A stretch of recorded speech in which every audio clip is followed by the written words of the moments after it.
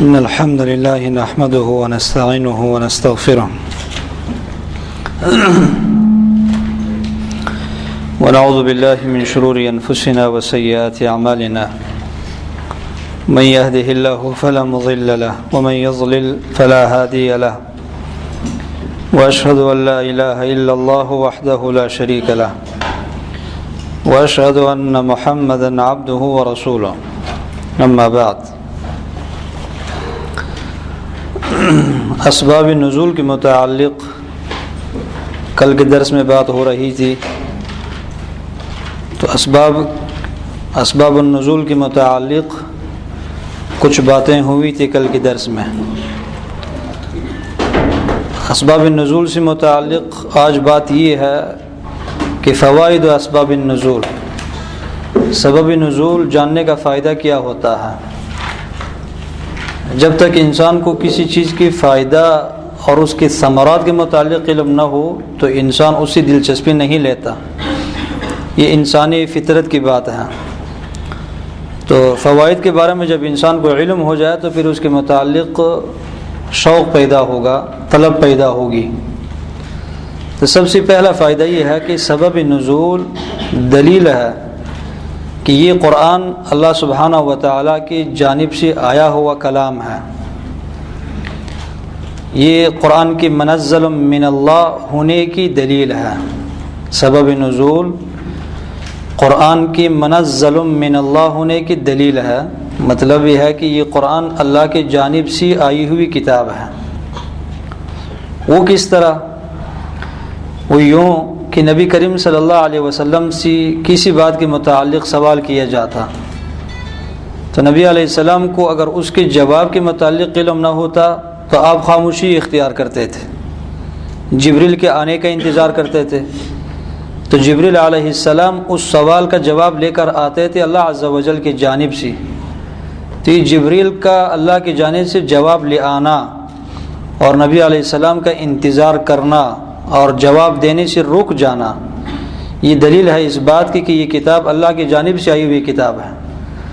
اگر یہ اللہ کی جانب سے نہ ہوتی یہ کتاب اور نبی علیہ السلام کی اپنا تصنیف، اپنا تالیف ہوتی تو پھر نبی علیہ السلام کو جواب کا انتظار کرنے کی کیا ضرورت تھی؟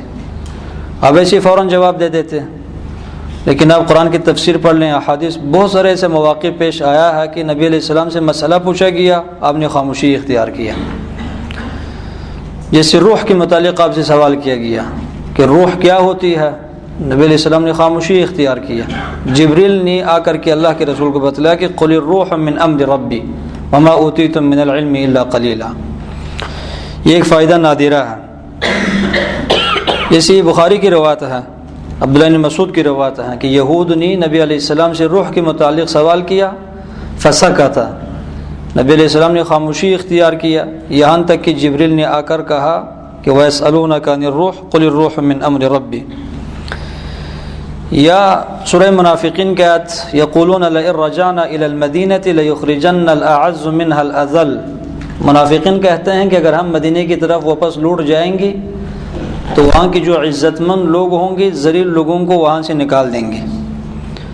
تو یہ خبر نبی علیہ السلام کو جب پہنچی زید بن ارقم کے وساطت سے، ذریعے سے، نبی کریم صلی اللہ علیہ وسلم نے عبداللہ بن ابی کو بلایا تو عبداللہ بن ابی نے انکار کیا کہ ہم نے تو بالکل ایسی بات نہیں کی، بالکل میں نے ایسی بات نہیں کی ہے، زید جوڑ بولتا ہے۔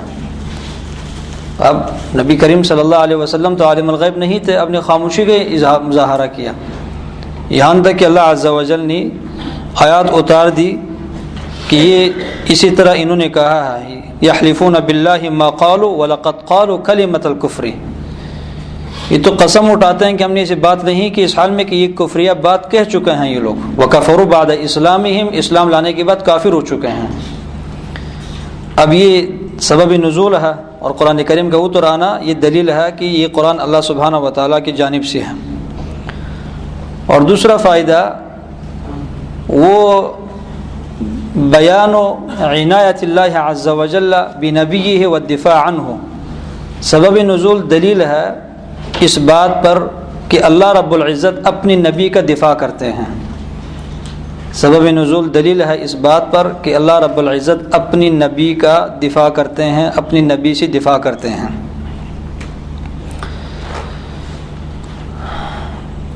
جس جی اللہ سبحانہ و تعالی اپنی نبی سے دفاع کرتے ہیں۔ ہاں، دفاع ایک ہی بات ہے، نبی سے دفاع کرتے ہیں یا نبی کا دفاع کرتے ہیں، ایک ہی مطلب ہے دونوں کا۔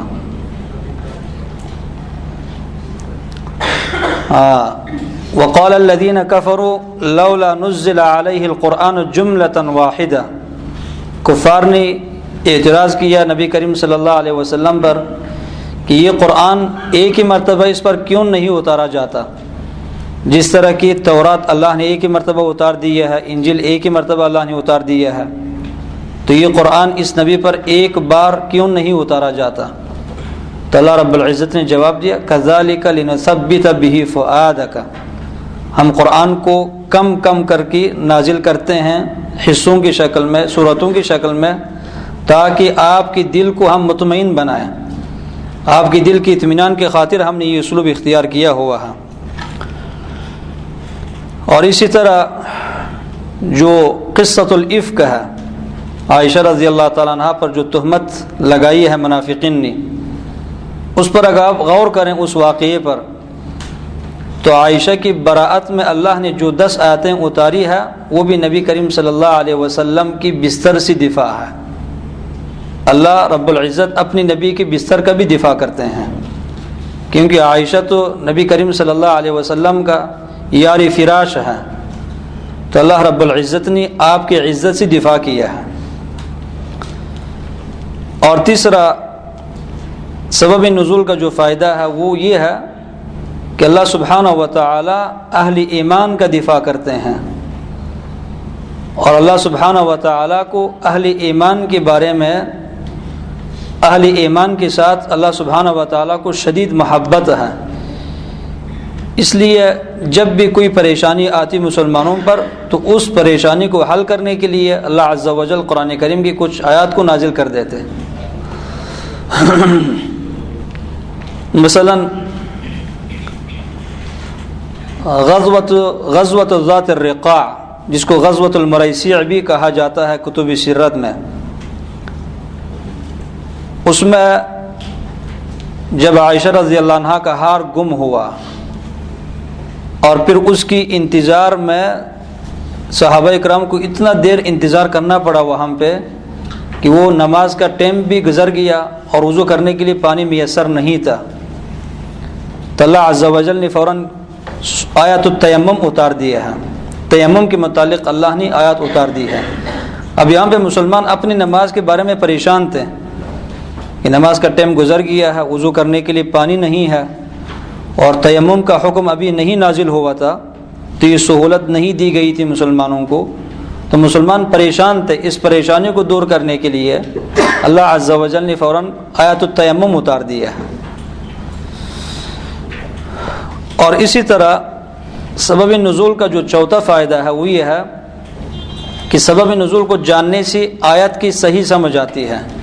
فہم الآیہ علی الوجہ الصحیح، صحیح معنوں میں آیات کی سمجھ آتی ہے انسان کو۔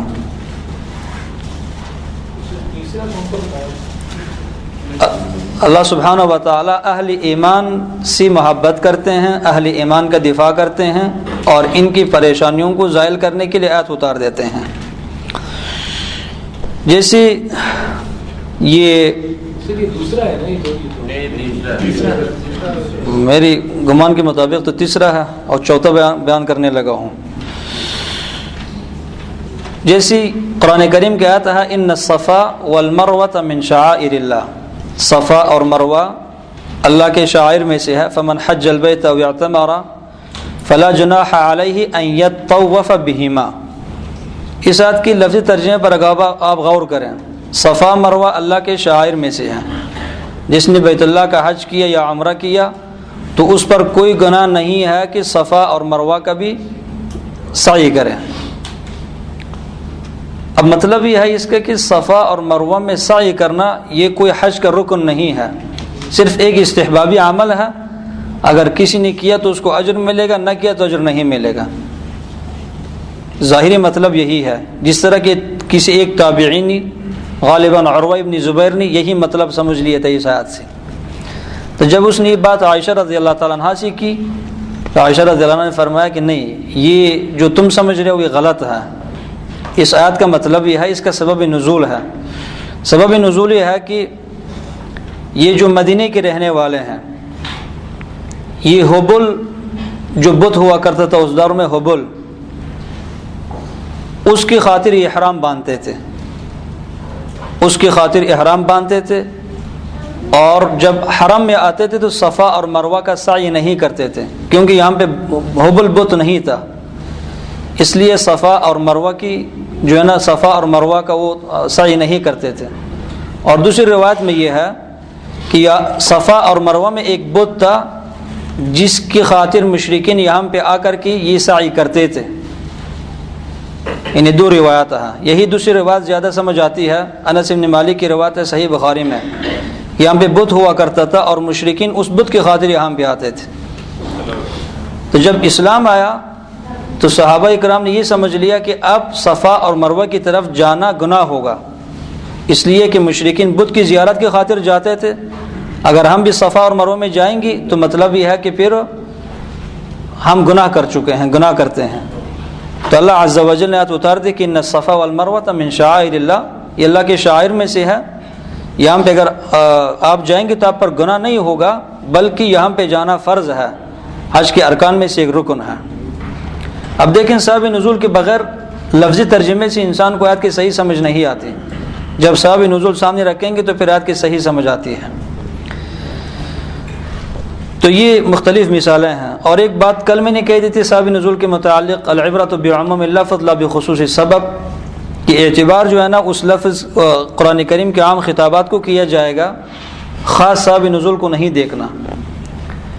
جیسی آیت اللعان ہے سورۃ النور میں، والذین یرمون ازواجہم ولم یکن لہم شہداء الا انفسہم فشہادۃ احدہم اربع شہادات باللہ، کسی نے اگر اپنی بیوی پر تہمت لگا دی کہ یہ زانیہ ہے، اب اس کے پاس کوئی گواہ نہ ہو، 4 گواہ اس کے پاس نہ ہو، اب شریعت تو صرف شوہر کی گواہی پر اس کو رجم تو نہیں کرتی، جب بھی کسی پر یہ مرد ہو یا عورت ہو، انسان مسلمان کی عزت کی اللہ کے ہاں بڑی قدر ہوتی ہے، اس لیے بقیہ معاملات میں شریعت نے 3 گواہوں کو شرط رکھا ہے، اور زنا کے متعلق 4 گواہوں کی گواہی کی جو ہے نا گواہی دینے کی ضرورت ہوتی ہے، 4 گواہوں کا ہونا ضروری ہے۔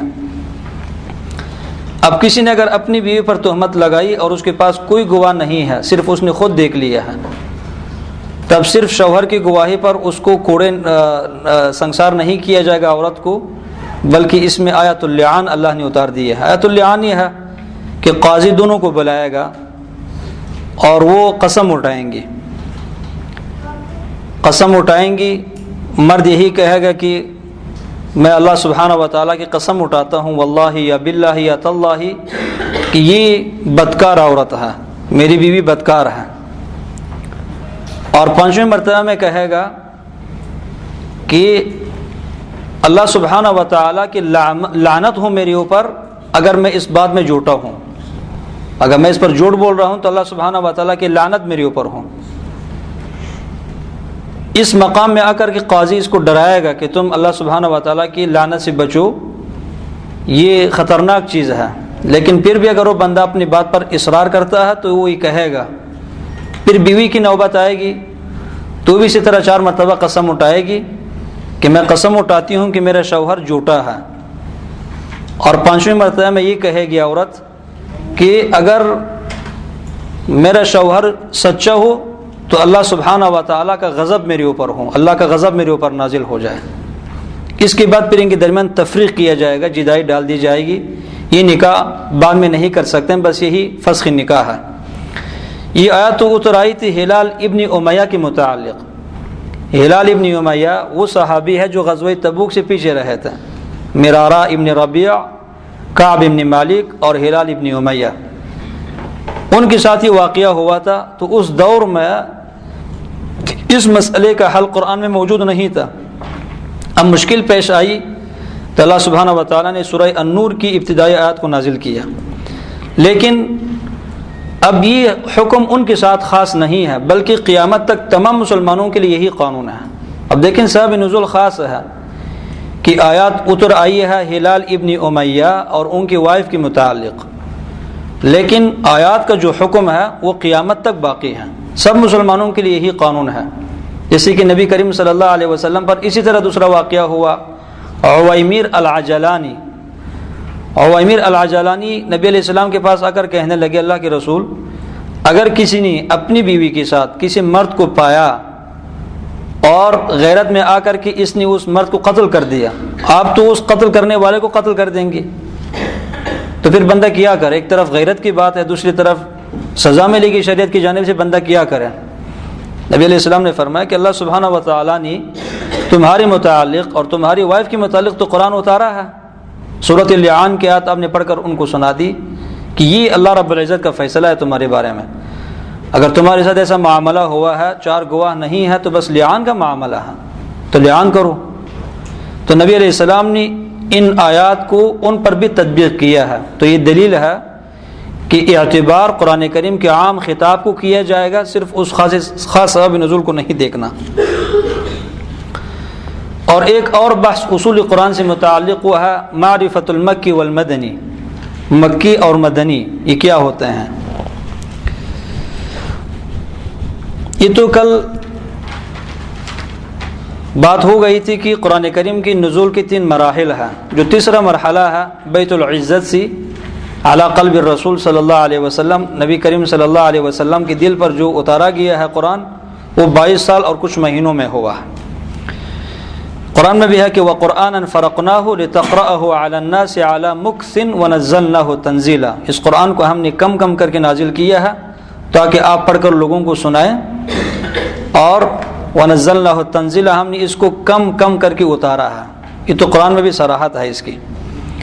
تو یہ جو قرآن کا کم کم اتر آنا ہے، اسی وجہ سے قرآن کریم کی صورتوں کو 2 حصوں میں تقسیم کیا گیا ہے، اس لیے کہ آپ نے یہ 22 برس کی زندگی صرف مکے میں نہیں گزاری ہے، اس میں سے 13 برس آپ نے مکے میں گزاری ہے اور 10 برس مدینے کے اندر۔ تو آپ کی زندگی کا چونکہ 2 پہلو ہے اور 2 مراحل ہے، اس لیے قرآن کریم کی صورتوں کی بھی 2 قسمیں ہیں، مکی اور مدنی۔ اکثر صورتیں مکی ہیں اور کم صورتیں مدنی ہیں۔ مکی کیا ہوتی ہے؟ مکی صورت، مکی صورت وہ ہے جو کہ نبی کریم صلی اللہ علیہ وسلم کی ہجرت سے پہلی نازل ہوئی ہو، ما نزلت قبل الہجرہ، ہر وہ صورت جو ہجرت سے پہلے اتر آئی ہے اس کو مکی کہتے ہیں۔ اور مدنی صورت وہ ہوتی ہے جو نبی علیہ السلام کی ہجرت کے بعد اتر آئی ہو، چاہے وہ صورت مکے کے اندر کیوں نہ اتر آئی ہو۔ اگر وہ صورت مکے کے اندر بھی اتر آئی ہے لیکن ہجرت کے بعد، تو اس کو مدنی صورت ہی کہیں گے۔ جیسی آپ پڑھتے ہیں صورت مائدہ کی الیوم اکملت لکم دینکم، آج میں نے تمہارا دین تمہارے لیے مکمل کر دیا ہے۔ اب صحیح بخاری کی روایت ہے عمر بن خطاب سے، کہتے ہیں کہ قد عرفنا ذلك اليوم والمكان الذي نزلت فيه على النبي صلی اللہ علیہ وسلم، جس دن یہ آیت اتر آئی ہے وہ دن بھی مجھے معلوم ہے، اور جس موقع پر اتر آئی ہے وہ موقع بھی مجھے معلوم ہے، وہ مکان بھی مجھے معلوم ہے۔ یہ حجۃ الوداع میں عرفہ کے دن 9 ذو الحج کو اتر آئی ہے، جمعے کے دن، اس حال میں کہ نبی کریم صلی اللہ علیہ وسلم عرفات میں کھڑے تھے اور لوگوں سے خطاب کر رہے تھے۔ اب دیکھیں آیت مکے کے اندر اتر آئی ہے، اور اس آیت کو درج کیا گیا ہے سورہ مائدہ کی آیاتوں میں، اور سورہ مائدہ کی کل آیات مدنی ہے، سورہ مائدہ کی کل آیات مدنی ہے، اور آیت اترائی ہے مکے میں لیکن اس کو بھی مدنی شمار کیا گیا ہے۔ تو یہ دلیل ہے کہ مدنی صورت اس صورت کو کہتے ہیں جو اللہ کے رسول کی ہجرت کے بعد اترائی ہو۔ اور اسی سے متعلق اور منسلک دوسری بحث یہ ہے کہ ہم مکی اور مدنی کو کیسے پہچان سکتے ہیں، مکی اور مدنی کو کیسے پہچان سکتے ہیں؟ ہمارے لیے کئی طریقہ ہیں اس کو پہچاننے کے لیے۔ ایک طریقہ تو یہ ہے کہ ہم کتب التفسیر کی طرف مراجعہ کریں گے، کتب تفسیر میں دیکھیں گے کہ متقدمین جو علماء گزر چکے ہیں، صحابہ، تابعین، تبع تابعین اور بقیہ مفسرین، وہ ان کا کیا رائے ہے، وہ کیا کہتے ہیں اس سورت کے متعلق کہ مکی ہے یا مدنی ہے۔ ایک تو ایک حل شدہ بات ہے ہمارے لیے، لیکن اگر بندے کو تھوڑا سا علم ہو قرآن کریم کی اسلوب اور قرآن کریم کی تفسیر کے متعلق، تو اس سورت کی بیان اور انداز بیان کو دیکھ کر اور غور کر کے انسان کو اندازہ ہوتا ہے کہ یہ سورت مکی ہے یا مدنی ہے۔ مثلا مکی صورتوں میں شدت اور سختی ہے، بہت زیادہ ڈانٹ ہے، توبیخ ہے، زجر ہے، دمکی ہے۔ مکی صورتوں کے خطابات میں اکثراً شدت ہے، سختی ہے اور اس طرح توبیخات ہے۔ وجہ کیا ہے اس کی؟ وجہ یہ ہے کہ ان صورتوں کا جو مخاطب ہے اکثر کفار اور مشرکین ہے، صورت ان سے خطاب کرتی ہے، اور مشرکین اور کفار تو تے متکبرین، اللہ کے کلام سے لڑنے والے، اس کے راستے میں رکاوٹ کھڑے کرنے والے۔ یا جیسے آپ سورہ مدثر پڑھ کر کے دیکھیں، اور اس طرح سورہ قمر دیکھیں، اور آخری سپاروں کی جو اکثر صورتیں ہیں وہ مکی ہے، دیکھیں اس میں بہت سختی ہے، یعنی شدید لحن میں اللہ عز و جل نے ان سے خطاب کیا ہے۔ اور دوسرا فرق، اور مدنی صورتوں میں نرمی ہے، سختی کوئی خاص نہیں ہے، جیسے سورہ البقرہ پڑھ کر کے دیکھیں، سورہ آل عمران ہے، سورہ النساء ہے، بس احکامات کے بیان ہے، ترغیبات ہے، مسائل کا بیان ہے، اس میں سختی بہت کم ہے۔ اس کی وجہ یہ ہے کہ ان صورتوں کا جو مخاطب ہے وہ اہل ایمان ہے، اور اہل ایمان تو پہلے سے وہ بیچارہ منقاد، مطیع اور فرمانبردار ہیں، اور اسی چیز کا انتظار کرتے ہیں کہ اللہ کا کون سا حکم آئے گا تاکہ ہم اس پر عمل کریں۔ اور دوسرا فرق، مکی صورتوں کی آیات اکثر چھوٹی ہوتی ہے اور مدنی صورتوں کی آیات لمبی لمبی ہوتی ہے۔ قصر الآیات و طول الآیات، مکی صورتوں میں آیات چھوٹی ہوتی ہے اور مدنی صورتوں میں لمبی ہوتی ہے۔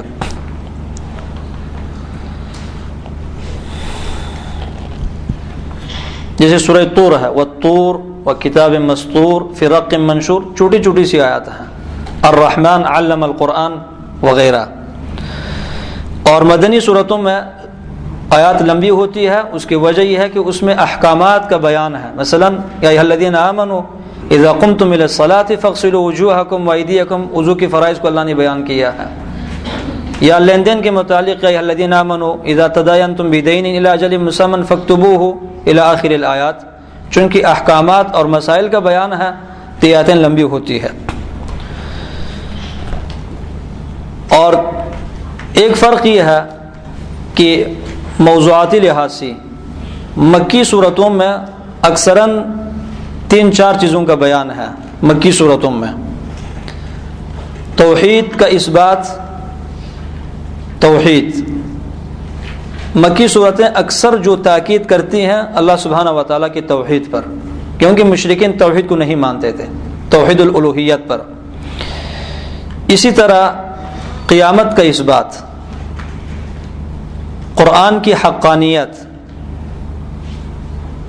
اور نبی کریم صلی اللہ علیہ وسلم کی رسالت، قیامت کی اثبات، قرآن یعنی قیامت کا ثبوت، قیامت کی حقانیت،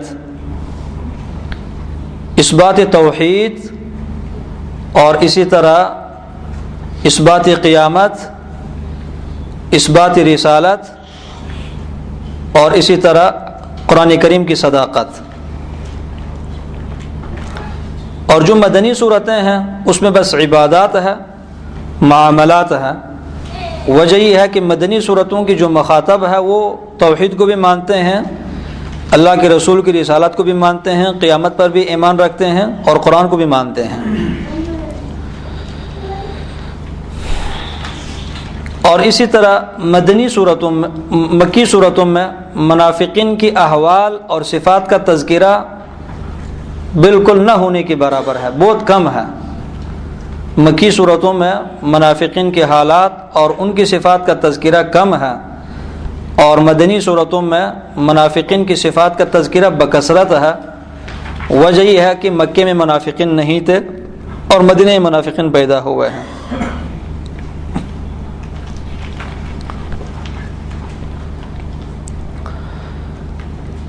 اچھا، اب اس بحث کا جو نتیجہ ہے، فائدہ ہے، مکی اور مدنی صورتوں کو پہچاننے سے فائدہ کیا ملے گا ہمیں؟ اس میں بہت سارے فوائد ہیں۔ سب سے بڑا فائدہ یہ ہے کہ اس میں قرآن کریم کی بلاغت کا ثبوت ہے۔ قرآن کریم کی بلاغت کا ثبوت ہے اس میں کہ قرآن فصیح اور بلیغ کتاب ہے۔ بلاغت کیا ہوتی ہے؟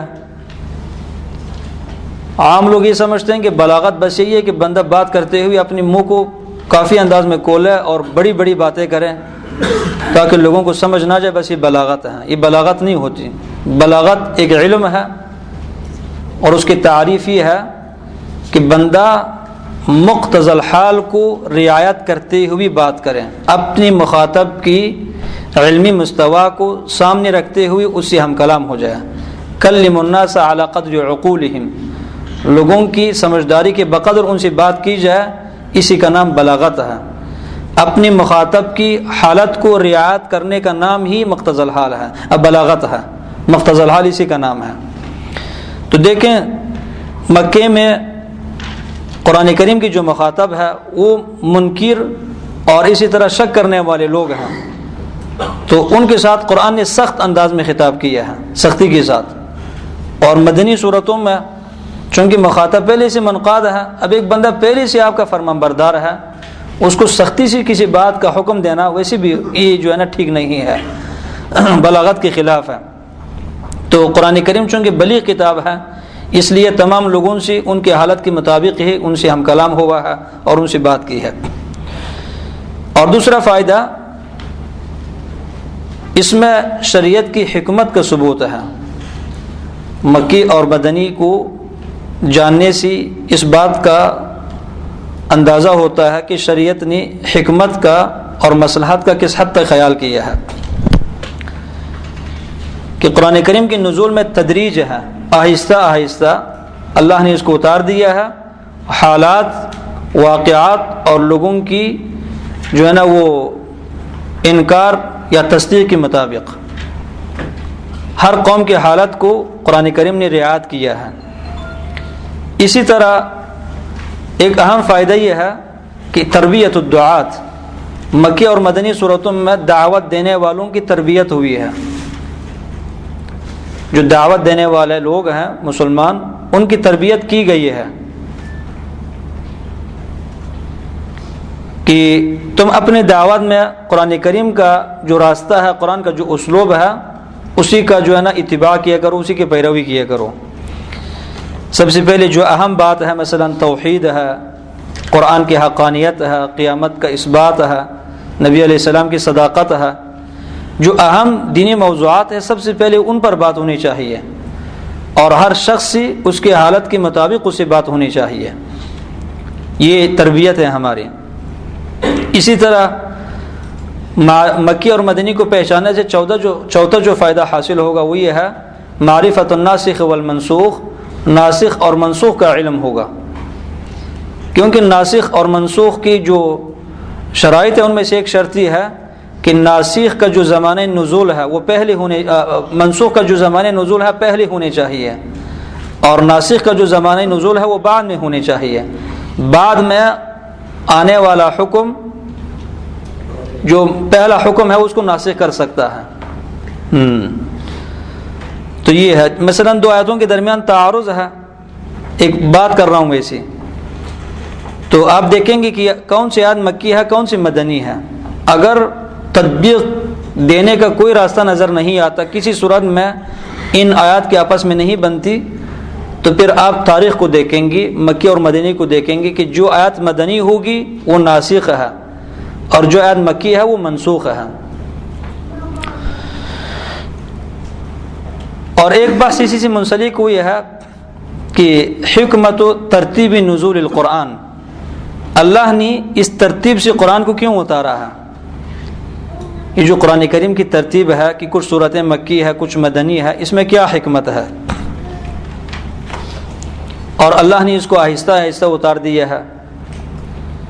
ایک تو حکمت تثبیت قلب النبی صلی اللہ علیہ وسلم، نبی علیہ السلام کی دل کو مطمئن کرنا۔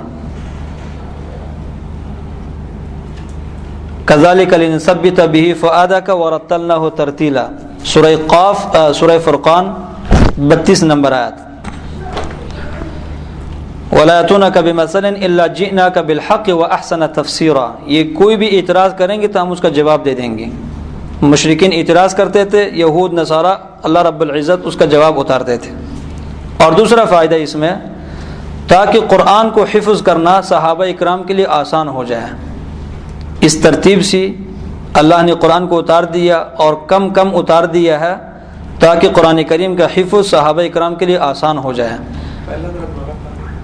نبی علیہ السلام کی دل کو مطمئن کرنا۔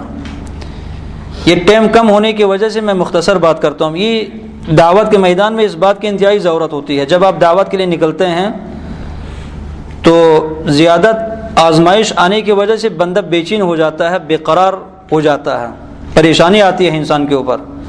لیکن پریشانی کے موقع پر جب اللہ عز و جل کی طرف سے آیت اتر آتی ہے تو بندے کا دل بالکل مطمئن ہو جاتا ہے، وہ تمام پریشانیاں دور ہو جاتی ہے۔ تو اس کو کہتے ہیں تثبیت قلب النبی، نبی علیہ السلام کی دل کو مطمئن کرنا اور صحابہ اکرام کے لیے آسان ہو جائے۔ اور تیسرا اس میں فائدہ وہ یہ ہے کہ قرآن پر عمل کرنا آسان ہو جائے۔ جی، قرآن پر عمل کرنا آسان ہو جائے۔ کل قرآن کریم اگر ایک مرتبہ نازل ہوتا تو کل قرآن پر ایک بار عمل کرنا تو غیر ممکن ہے۔ اللہ نے قرآن کریم کم کم اتار دیا ہے تاکہ صحابہ اکرام کل قرآن پر عمل کر سکیں۔ یہ مختلف اس میں فوائد ہیں۔ پھر ایک اور بحث ترتیب القرآن، قرآن کریم کی جو ترتیب ہے، اس ترتیب کے متعلق کچھ وضاحت۔ قرآن کریم کی جو ترتیب ہے اس کی 3 قسمیں ہیں، 3 طرح کی ترتیب ہے قرآن کریم میں۔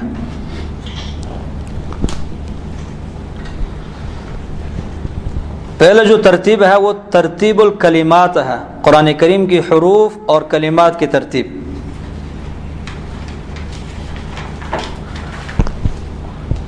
اور دوسری ترتیب وہ ترتیب الآیات ہے، کلمات اور حروف کی ترتیب۔ اور دوسرا وہ ترتیب الآیات ہے، قرآن کریم کی آیات میں جو نظم اور ترتیب ہے وہ۔ اور تیسرا وہ ترتیب السور ہے، قرآن کریم کی سورتوں کی ترتیب۔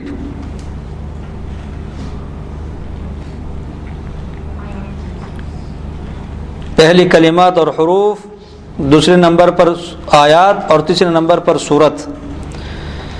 ہر ایک کی تھوڑی سی وضاحت۔ جو ترتیب الکلمات والحروف ہے، جو پہلی ترتیب ہے، یہ ترتیب اللہ سبحانہ و تعالیٰ کی طرف سے ہے، اللہ عز و جل کی جانب سے ہے۔ اس میں ترتیب کو خیال نہ کرنا، قرآنی حروف اور کلمات کو آگے پیچھے کرنا، یہ جائز نہیں ہے، نادرست ہے۔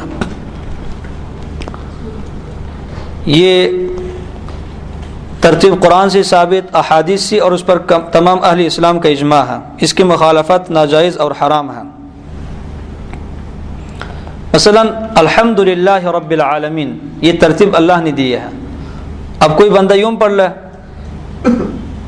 للہ الحمد رب العالمین، اب للہ کو الحمد پر مقدم کرے، یہ حرام، یہ بندہ گناہگار ہے، جائز نہیں ہے۔ اور جو ترتیب الآیات ہے، یعنی ہر صورت میں جو آیات کی آپ ترتیب دیکھتے ہیں، یہ ترتیب بھی اللہ سبحانہ و تعالیٰ کی جانب سے ہے اور نبی کریم صلی اللہ علیہ وسلم کی حکم سے ہی یوں ترتیب دیا گیا ہے۔ اس کی بھی مخالفت ناجائز اور حرام ہے۔ کوئی بندہ پڑھ لے الحمدللہ رب العالمین مالک یوم الدین الرحمن الرحیم، یہ ناجائز ہے۔ یہ ترتیب اللہ کے رسول نے دیا ہے، جیسے صراحت ہے کہ جب کوئی آیات اتر آتی تو نبی کریم صلی اللہ علیہ وسلم حکم دیا کرتے تھے کہ ان آیات کو آپ فلاں فلاں جگہوں میں رکھیں، فلاں صورت میں رکھیں۔ مسند احمد کی روایت ہے عثمان رضی اللہ تعالی عنہ سے کہ جب اللہ کے رسول پر کچھ آیات اتر آتی تو کاتبانی وحی، جو وحی لکھنے والے صحابہ کرام تھے، ان کو بلا کر آپ کہتے تھے ضعوا هذه الآیات فی صورت کذا، ان آیات کا فلاں صورت میں لے جا کر کے رکھیں اور فلاں فلاں آیات کی بعد رکھیں۔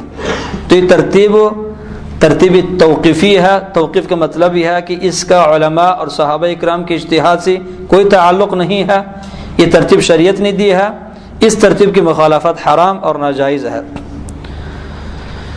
جیسے عبداللہ ابن زبیر نے عثمان ابن عفان پر ایک دن اعتراض کیا کہ سورہ بقرہ کی جو آیت ہے والذین یتوفون منکم ویذرون ازواجا وصیۃ لازواجہم متاعا الی الحول غیر اخراج، سورہ البقرہ کی 240 نمبر آیت، یہ آیت منسوخ ہے، یہ 240 نمبر آیت منسوخ ہے۔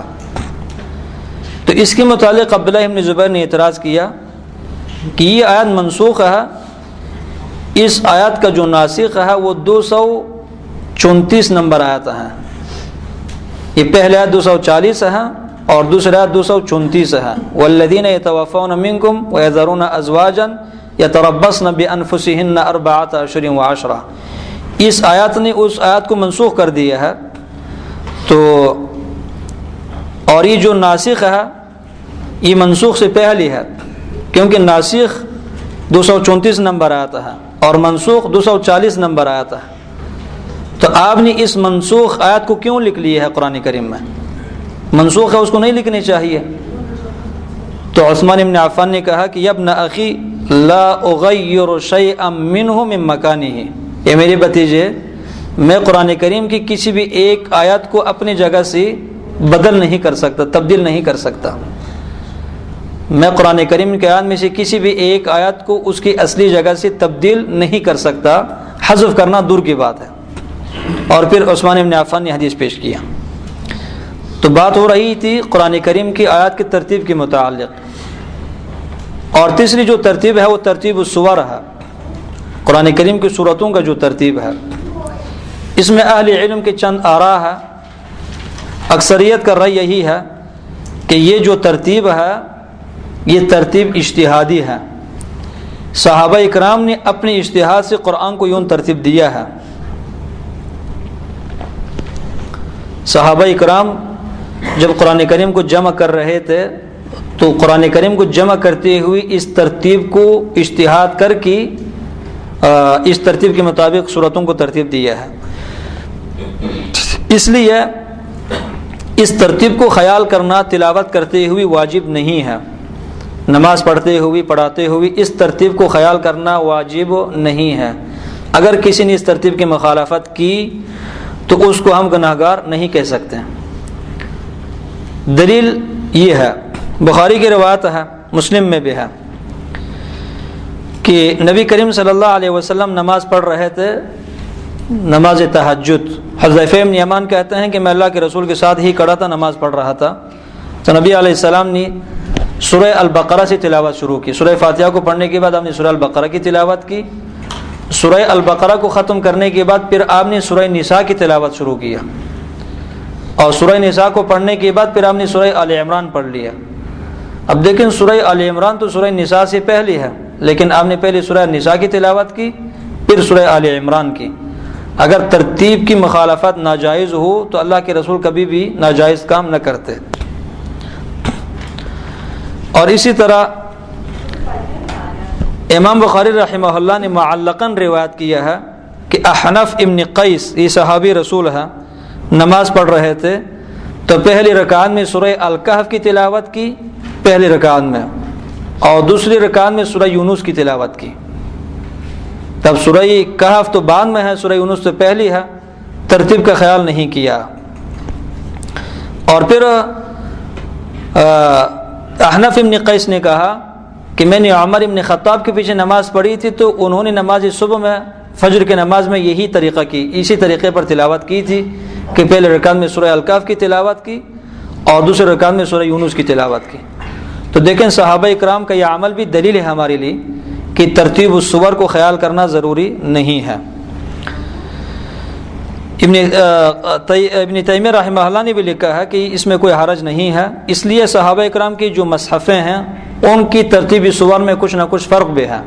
ابن مسعود رضی اللہ عنہ کا جو مصحف ہے عثمان ابن عفان کے مصحف سے اس میں کچھ نہ کچھ اختلاف ہے، یہ فرض نہیں ہے۔ اور قرآن کریم کی جو کتابت کا مسئلہ ہے اس کی تو 3 مراحل ہے۔ ایک مرتبہ قرآن کریم کو نبی کریم صلی اللہ علیہ وسلم کے زمانے میں جمع کیا گیا ہے، اور دوسرے مرتبہ ابوبکر صدیق کے زمانے میں، اور تیسرا مرتبہ عثمان ابن عفان کے زمانے میں۔ اس کی تھوڑی سی وضاحت، نبی کریم صلی اللہ علیہ وسلم کے زمانے میں قرآن کو جو جمع کیا گیا ہے اس میں لکھنے پر اعتماد کم کیا جاتا تھا، یا یوں کہیں کہ لکھنے کا اہتمام کم تھا۔ جی، نبی کریم صلی اللہ علیہ وسلم کے زمانے میں قرآن کو جو جمع کیا گیا ہے اس میں کتابت کا اہتمام کم کیا جاتا تھا، یعنی قرآن کو اس طرح اوراق کی شکل میں کل قرآن کو لکھ دیا گیا ہو، ایسا کم ہوا ہے۔ اکثر سینے کے حفظ پر اعتماد کرتے تھے، اس کے اہتمام کیا جاتا تھا۔ پھر قرآن کریم کو کچھ صحابہ اکرام لکھتے تھے یہ درختوں کے پتے میں، اور اسی طرح یہ مختلف چیزوں میں، کپڑوں میں لکھتے تھے، دیواروں پر لکھتے تھے، مختلف چیزوں میں لکھتے تھے۔ اور بہت سارے لوگ اس دور میں قرآن کریم کا حافظ تھے، صحابہ اکرام میں سے اکثر لوگ قرآن کریم کو حفظ ہی کرتے تھے۔ لیکن ایک موقع پر جب نبی علیہ السلام نے 70 صحابہ اکرام کو جو کہ کل قراء اور حفاظ تھے ان کو بھیجا تو مشرکین نے ان کو شہید کر دیا، تو اس موقع پر پھر نبی کریم صلی اللہ علیہ وسلم نے ان کو تھوڑی سی فکر مندی لگی تھی، لیکن پھر بھی آپ نے کوئی خاص لکھنے کا حکم نہیں دیا۔ دوسرا مرحلہ ابوبکر صدیق کے زمانے میں، ابوبکر صدیق کی خلافت میں جب جنگ الیمامہ ہوئی، مسیلمۃ الکذاب کے ساتھ جو جنگ ہوئی تھی اس میں بہت سارے صحابہ اکرام شہید ہوئے تھے جو کہ قرآن کریم کا حافظ تھے۔ تو عمر بن خطاب کے ذہن میں اللہ نے بات ڈال دی کہ قرآن کریم کو اب مکمل لکھنے چاہیے، کیونکہ صحابہ اس طرح جنگوں میں شہید کیے جاتے ہیں، فوت ہوتے ہیں، تو ایسا نہ ہو کہ قرآن کریم کی کچھ آیت کسی ایک صحابی کی حفظ میں ہو، دوسری صحابی کے حافظے میں نہ ہو، اور اس صحابی کو شہید کیا جائے تو قرآن کریم کی کچھ حصہ ضائع ہو جائے گا۔ اس لیے ابوبکر صدیق کو آ کر کے مشورہ دیا کہ امیر المؤمنین آپ جو ہے نا قرآن کریم کو جمع کرنے کا حکم دے دیں۔ ابوبکر صدیق اس بات کو نہیں مان رہے تھے اور کہہ رہے تھے کہ ایک کام جو اللہ کے رسول نے نہیں کیا میں کس طرح کر سکتا ہوں، لیکن عمر بن خطاب کی اصرار پر اللہ نے ابوبکر کا سینہ بھی کھول دیا۔ پھر ابوبکر صدیق نے زید بن ثابت کو کہا کہ آپ اللہ کے رسول کے زمانے میں وحی لکھا کرتے تھے، قرآن کریم کے آپ کاتب ہوا کرتے تھے، تو آپ کی ذمہ داری ہے کہ آپ قرآن کریم کو جمع کریں، بس آپ پڑھتے رہیں، جس صحابی کے پاس جتنی آیات ہے ان سب کو جمع کریں۔ تو زید بن ثابت تو نہیں مان رہے تھے اور کہہ رہے تھے کہ اگر آپ مجھے حکم دے دیں کہ ایک پہاڑ کو اس کی جگہ سے میں دوسری جگہ کی طرف منتقل کروں، یہ میرے لیے آسان ہے اس بات سے جو آپ میرے اوپر ذمہ داری لگا رہے ہیں۔ تو لیکن ابوبکر صدیق نے ان پر اصرار کیا کہ آپ انکا شاب حدیث السن عاقل، آپ نوجوان ہیں، عقل مند ہیں، ویسے بھی آپ کو لکھنا آتا ہے تو یہ آپ ذمہ داری لے لیں۔ تو زید ابن ثابت نے پھر اس قرآن کریم کو جمع کیا اور لکھ لیا، اور مصحف کی شکل میں وہ ابوبکر صدیق کے پاس تھا، پھر ابوبکر صدیق کے بعد عمر بن خطاب کے پاس، پھر عمر بن خطاب کی شہادت کے بعد وہ حفصہ عمر رضی اللہ عنہ کی بیٹی کی، عمر رضی اللہ عنہ کی بیٹی کے پاس تھا وہ۔ تو پھر اس کے بعد تیسرا جو مرحلہ ہے عثمان بن عفان کے زمانے میں ہے۔ یہ جو مرحلہ ہے، اس مرحلہ میں جو قرآن کریم کو جمع کیا گیا ہے یہ حذیفہ ابن یمان کے مشورے سے ہوا ہے۔ حذیفہ ابن یمان جنگ کرنے کے لیے گیا ہوئے تھے آذربائیجان، یہ روس کی ریاستوں کی طرف۔ یہاں سے جب واپس جاتے ہیں مدینے کو تو عثمان بن عفان سے کہتے ہیں کہ بہت سارے عجمی لوگ مسلمان ہوئے ہیں، عجمی غیر عرب، اور ان کو قرآن کے متعلق اتنا علم نہیں ہے، قرآن کو پڑھنے کے بارے میں، تو کوئی کس طرح پڑھ رہا ہوتا ہے، کوئی کس طرح پڑھ رہا ہوتا ہے، ویسے بھی قرآن کریم کو 7 طریقوں سے پڑھنا جائز ہے۔ تو اس سے جو ہے نا امت کے اندر اختلاف پیدا ہوگا، تو اس سے بہت سارے مشکلات پیدا ہو جائیں گی۔ اس لیے آپ قرآن کریم کو جو مصحف ہے حفصہ رضی اللہ عنہا کے پاس جو ابوبکر نے ترتیب دی ہے اس کو لائیں، اور مختلف صحابہ اکرام نے جو ترتیب دی ہے ان سب کو جمع کریں اور اس کے ایک مصحف بنائیں، اور بقیہ جو نسخے ہیں ان کو ختم کر دیں۔ پھر عثمان ابن عفان نے اسی طرح کیا، وہ نسخہ منگوایا حفصہ رضی اللہ تعالیٰ عنہ کے گھر سے، اور پھر اس کو لغت قریش کے مطابق، یہ جو ہم قراءت پڑھتے ہیں یہ لغت قریش کے مطابق ہے، تو اس لغت قریش کی مطابق ہی اس قرآن کو پھر جمع کیا گیا، اور بقیہ قرآن کریم کی جو نسخے تھے ان کو عثمان ابن عفان نے جلا دیا، اور یہ کام صحابہ اکرام کی اجماع سے ہوا تھا تاکہ ان مصاحف کو لے کر کے لوگوں میں اختلاف پیدا نہ ہو جائے۔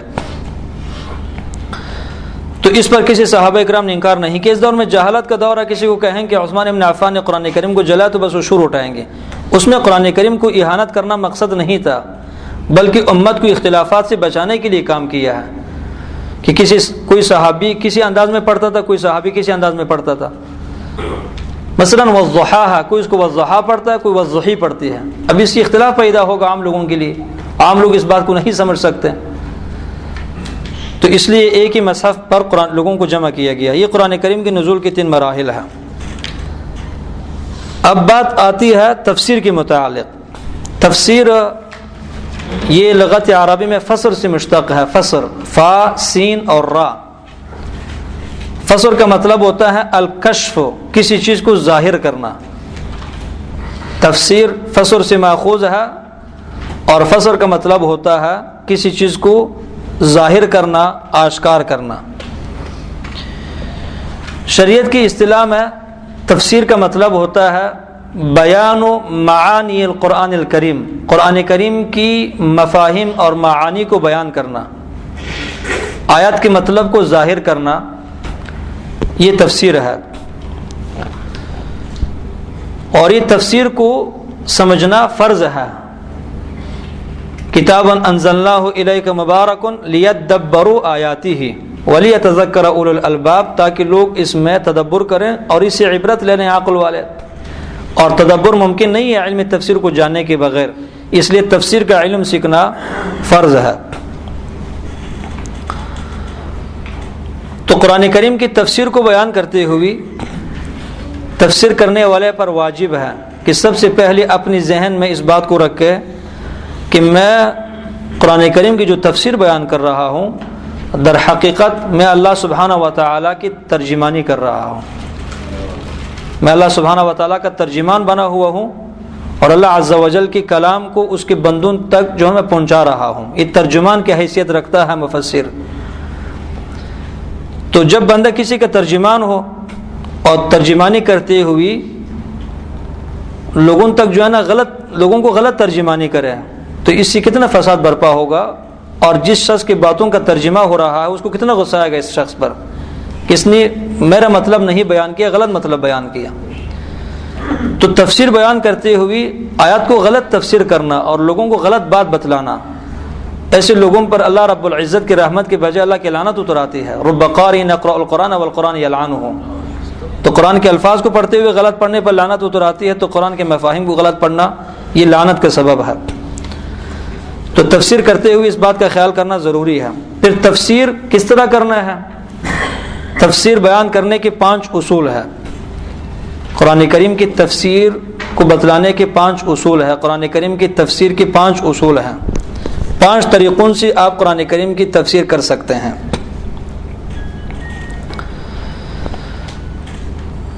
سب سے پہلا اصول، قرآن کی تفسیر کو بیان کرتے ہوئے قرآنی آیات کے مفاہیم اور مطالب کو سمجھنے کے لیے آپ نے قرآن کی طرف ہی رجوع کرنا ہے، قرآن کی طرف ہی رجوع کرنا ہے۔ جی، قرآن کی تفسیر کرتے ہوئے قرآن کی طرف ہی رجوع کرنا ہے۔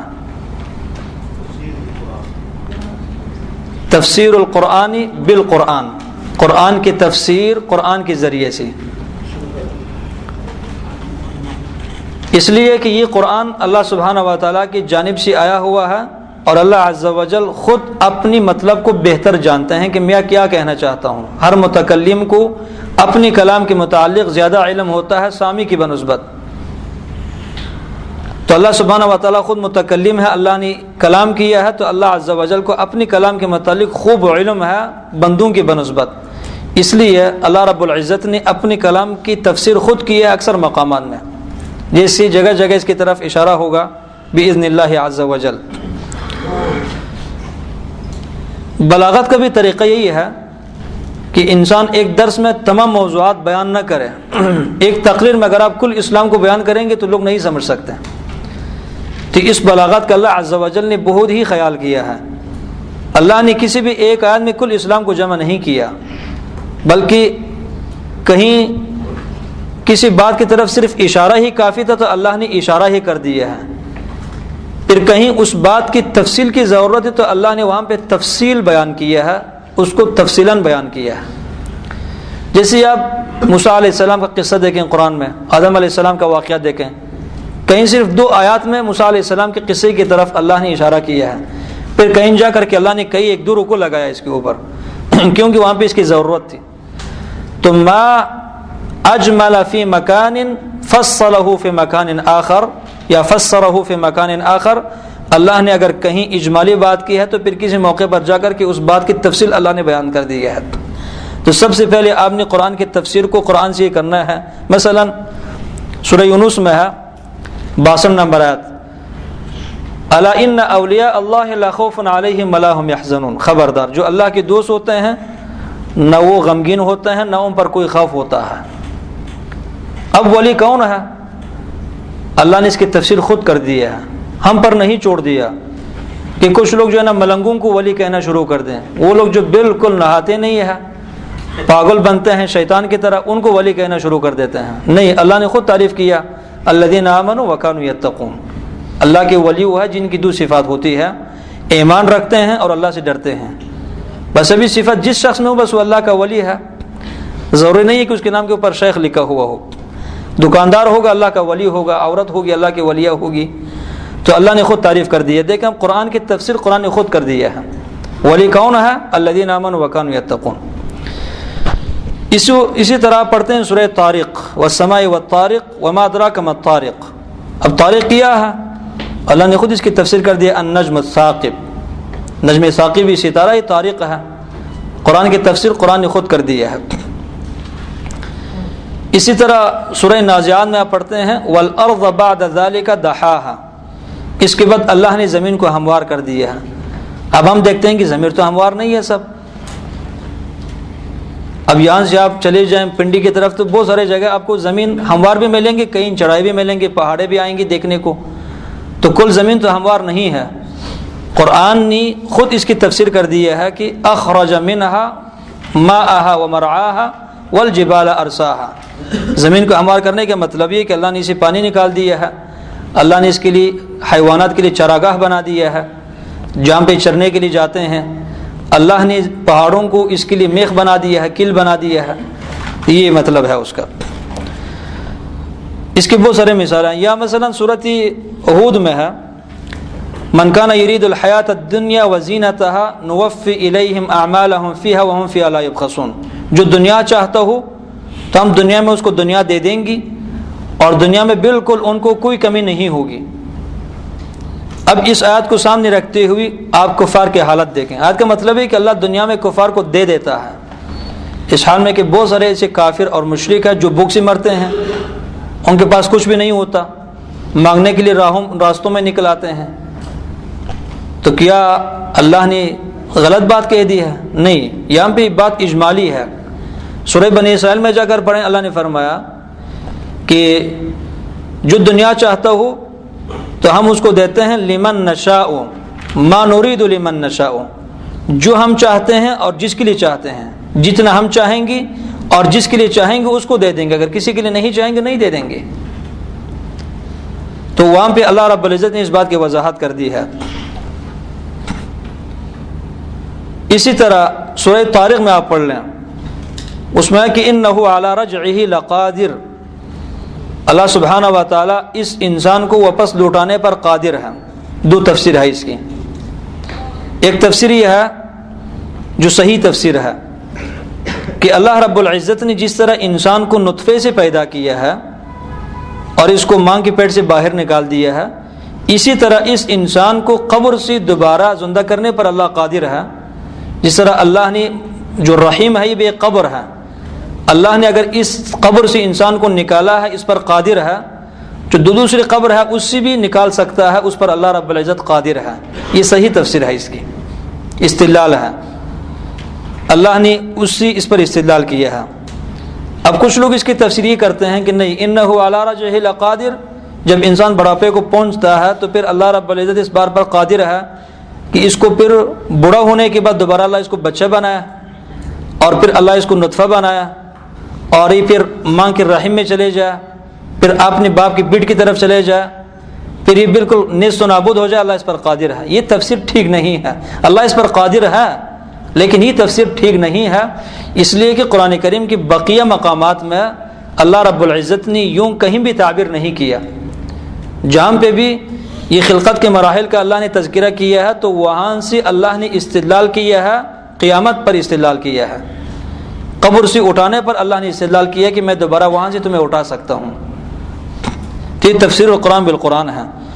اور دوسری چیز، دوسرا اصول، وہ تفسیر القرآن بالسنہ۔ تفسیر القرآن بالسنہ، قرآن کی تفسیر کرنی ہے حدیث کے ذریعے سے، قرآن کی تفسیر ہوگی حدیث کے ذریعے سے۔ اس کی وجہ یہ ہے کہ قرآن کریم اللہ نے اتار دیا ہے نبی کریم صلی اللہ علیہ وسلم پر، تو اللہ کی اس کلام کا جو اصل مطلب ہے وہ نبی کریم صلی اللہ علیہ وسلم ہی جانتے ہیں۔ اور قرآن کریم کی تفسیر میں کہیں بھی صحابہ کرام کو اگر کوئی مشکل پیش آئی ہے تو فوراً نبی علیہ السلام سے رجوع کیا ہے، جیسے الذین آمنوا ولم یلبسوا ایمانہم بظلم، جو ایمان لاتے ہیں اور پھر ایمان لانے کے بعد بالکل ظلم نہیں کرتے، ان کے لیے امن ہے اور یہ ہدایت یافتہ ہے۔ اب صحابہ اکرام کو سمجھ نہیں آ رہی تھی اس آیت کی، کیونکہ صحابہ اکرام سمجھتے تھے کہ ہر گناہ ظلم ہے، اور اس آیت میں یہ کہ ایمان لانے کے بعد بندہ بالکل ظلم نہ کرے، گناہ نہ کرے۔ اگر بات یوں ہو تو پھر کوئی بچ نہیں سکتا۔ صحابہ اکرام نے نبی علیہ السلام سے پوچھا تو اللہ کے رسول نے کہا کہ نہیں، یہاں پہ ظلم سے مراد عام گناہ نہیں ہے، ظلم سے مراد یہاں پہ شرک ہے۔ اب دیکھیں وضاحت ہو گئی۔ یا سورۃ یونس میں ہے للذین احسنوا الحسنى وزیادہ، جو لوگ نیکی کرتے ہیں ان کے لیے جنت ہے اور پھر ان کو مزید کچھ بھی ملے گا۔ ابھی مزید کیا ہے؟ جنت کے بعد اور کیا چیز ہوتی ہے جو جنت سے بہتر ہو؟ اس کی وضاحت نبی کریم صلی اللہ علیہ وسلم نے کر دیا کہ جنتیوں سے اللہ پوچھیں گے کہ تمہیں اور کیا چاہیے، تو یہ کہیں گے کہ سب کچھ ملا ہے، اور کیا کچھ باقی ہے؟ تو اللہ رب العزت وہ حجاب ہٹائیں گی، پردہ جو اللہ سبحانہ و تعالیٰ اور بندے کے درمیان ہے، تو فما اعطوا شیئا احب الیہم من النظر الی ربہم عز وجل، تو پھر کوئی چیز ان کو اتنی اچھی نہیں لگتی جتنا کہ رب العالمین کے چہرے کی طرف دیکھنا ان کو پسند ہے اور محبوب ہوتا ہے۔ اب زیادہ کی تفسیر اللہ کے رسول نے خود کیا ہے کہ جنت بھی ملے گی اور رب کا دیدار بھی نصیب ہوگا، تو یہ تفسیر القرآن بالسنہ ہے۔ یا وَأَعِدُّ لَهُم مَّا اسْتَطَعْتُم مِّن قُوَّةٍ، تم کفار کے لیے تیاری کیا کرو، قوت کیا ہوتی ہے؟ اللہ کے رسول نے خود تفسیر کیا، الا ان القوۃ الرمی، یہ تیر اندازی کو سیکھنا اور اس طرح تریاکی، گھڑ سواری، یہ سب قوت کے اندر داخل ہے۔ اس میں بہت تفصیل ہے تفسیر القرآن بالسنہ میں۔ اس کی وجہ یہ ہے کہ منکرین حدیث ہے اس دور میں، بہت سارے لوگ ہیں جن کو احادیث سے تکلیف ہوتی ہے، تو ان پر رد کرنے کی بہت سارے باتیں ہیں، لیکن عمر ابن خطاب کی بات بتلا کر کی بات ختم کر دیتا ہوں، معذرت چاہتا ہوں ٹائم اوپر ہوا ہے۔ عمر ابن خطاب کہا کرتے تھے سیأتی علیکم ناس یجادلونکم بمتشابہات القرآن، بشبہات القرآن، ایسے لوگ آئیں گی جو قرآن کی متشابہات کو لے کر کے تمہارے خلاف لڑ پڑیں گے، یعنی قرآن کی متشابہات سے غلط استدلال کرنا شروع کریں گے۔ متشابہات کے بحث آپ پڑھیں گے انشاءاللہ، تو پھر کیا کریں؟ فخذوہم بالسنن، فخذوہم بالسنہ، آپ اللہ کے رسول کی احادیث کو لے کر کے ان پر رد کیا کریں۔ وجہ یہ کہ فإن أصحاب السنن أعلم بکتاب اللہ عز وجل، جو لوگ احادیث سے تعلق رکھتے ہیں یہ حدیث پڑھنے والے ہی قرآن کے مفاہیم کو بہتر سمجھتے ہیں۔ اور امام شافعی کہتے ہیں کہ کل ما حکم به رسول اللہ صلی اللہ علیہ وسلم فہو مما فہمہ من القرآن، اللہ کے رسول نے زندگی میں جو کچھ کہا ہے سب کچھ قرآن سے لیا ہے۔ تو ما من حدیث الا وله مأخذ فی السنہ، کوئی بھی ایسی حدیث نہیں ہے مگر قرآن کریم میں اس کا ماخذ موجود ہے۔ تو یہ حدیث قرآن سے لی گئی ہے۔ حدیث کو یوں بیان کرنا کہ بھائی سب سے پہلا مرتبہ قرآن کا ہے، پھر حدیث کا ہے، یا قرآن یقینی ہے، احادیث ظنی ہے، یہ سب معتزلہ ایک گمراہ فرقہ سمت میں پیدا ہو چکا ہے۔ ان کی باتیں ہیں، ان سے یہ مالکی اور احناف کے علماء متاثر ہے، اس لیے اپنی اصول کی کتاب میں یہ باتیں لکھتے ہیں کہ احادیث جو ہے نا یہ ظنی ہے، گمان پر مبنی ہے، اور قرآن یقینی ہے، یہ غلط بات اور فضول بات ہے۔ قرآن اور حدیث کو بس متن اور سر کی طرح سمجھ لیں، بالکل ایک ہی طرح ہے دونوں۔ یہ قرآن ثابت ہے احادیث کے ذریعے سے، کیونکہ قرآن پڑھ کر کس نے سنایا؟ اللہ کے رسول نے سنایا ہے، تو جس زبان سے قرآن نکل آیا ہے اسی زبان سے حدیث نکل آئی ہے۔ تو صرف اتنا فرق ہے کہ قرآن معجز ہے، قرآن میں اعجاز ہوتا ہے اس لیے کہ اللہ کا کلام ہے، اور احادیث میں اس طرح کا اعجاز نہیں ہے کہ اس لیے کہ وہ اللہ کے رسول کے کلام ہے، اور اللہ کے رسول نے کوئی ایسی بات اپنی طرف سے نہیں کی، جو کچھ کیا ہے اللہ سبحانہ و تعالیٰ کی طرف سے کیا ہے۔ تو بقیہ 3 اصولوں کی وضاحت مختصر، اور پھر اعوذ باللہ بسم اللہ کی تفسیر اور سورہ فاتحہ پھر انشاءاللہ اگلے درس۔ وباللہ تعالیٰ توفیق۔